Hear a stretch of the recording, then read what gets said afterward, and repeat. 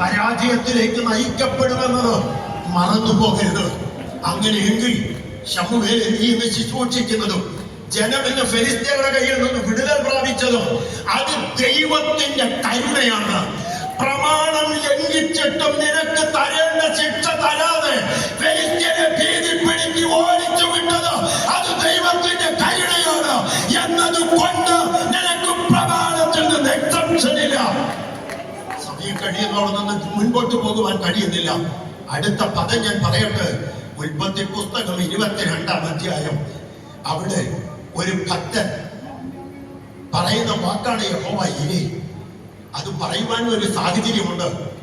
അതാണ് ഇവിടെ പറഞ്ഞിരിക്കുന്ന കൃപ.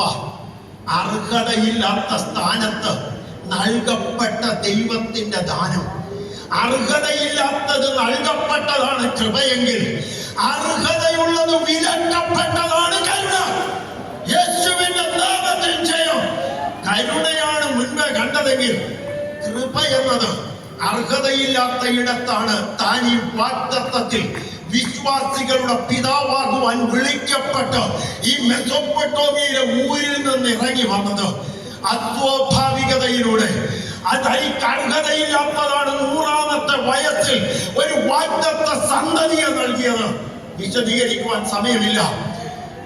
എന്നാൽ ആ നൽകപ്പെട്ടതിനെ ഒരു ദിവസം അവന്റെ സമർപ്പണവും ദൈവസ്നേഹവും എന്തെന്നറിയുവാൻ ഒന്ന് മടക്കി തരുവാൻ പറഞ്ഞപ്പോൾ യാതൊന്നും സംശയിക്കാതെ ആ മകനെയും കൊണ്ട് നടന്നു പോകുമ്പോൾ ഹൃദയഭേദകമായ ഒരു ചോദ്യം അവരിൽ നിന്ന് ഉയരുന്നു.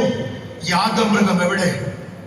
അവൻ പറഞ്ഞു, അർഹതയില്ലാത്ത ഒരു പദവി എന്നെ തന്ന്, അർഹതയില്ലാത്ത ഒരു ദേശത്തേക്ക് വിഗ്രഹാരാധനയുടെ ഇടയിൽ നിന്ന് എന്നെ കൊണ്ടുവന്ന്, അർഹതയില്ലാത്ത ഒരു ദാനം നിന്നെ എനിക്ക് തന്ന് എന്നെ വലിയ വലിയ ജാതിയാക്കാമെന്ന് അർഹതയില്ലാത്ത വാഗ്ദത്തം എനിക്ക് തന്നവന് നിന്നെ എനിക്ക് അർപ്പിച്ചാലും ആ വാഗ്ദത്തം കരുതുവാൻ അവൻ വിശ്വസ്തൻ.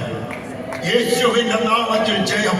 ഇതിന്റെയൊക്കെ ഭൗതിക തലം പറയണമെന്ന് എനിക്ക് ആഗ്രഹമുണ്ട്. കാരണം ഇന്ന് ഏറ്റവും മുഴങ്ങുന്നത് യഹോവ ഇരയും എബെനെസറും ഈ പഴയ നിയമ ഭക്തന്മാരുടെ ഭൗതിക അനുഗ്രഹങ്ങളുടെ കാഴ്ചപ്പാടിൽ അതിന്ന് നമ്മുടെ ആത്മീക പുതിയ നിയമ സഭകളിൽ മുഴങ്ങുമ്പോൾ അതിന്റെ ആത്മീക സന്ദേശം നിശബ്ദമായി പോകുമ്പോൾ ശ്രദ്ധിക്കുക. എന്താണിത്? അർഹിക്കപ്പെട്ട യാഗപീഠത്തിലെ യാഗവസ്തു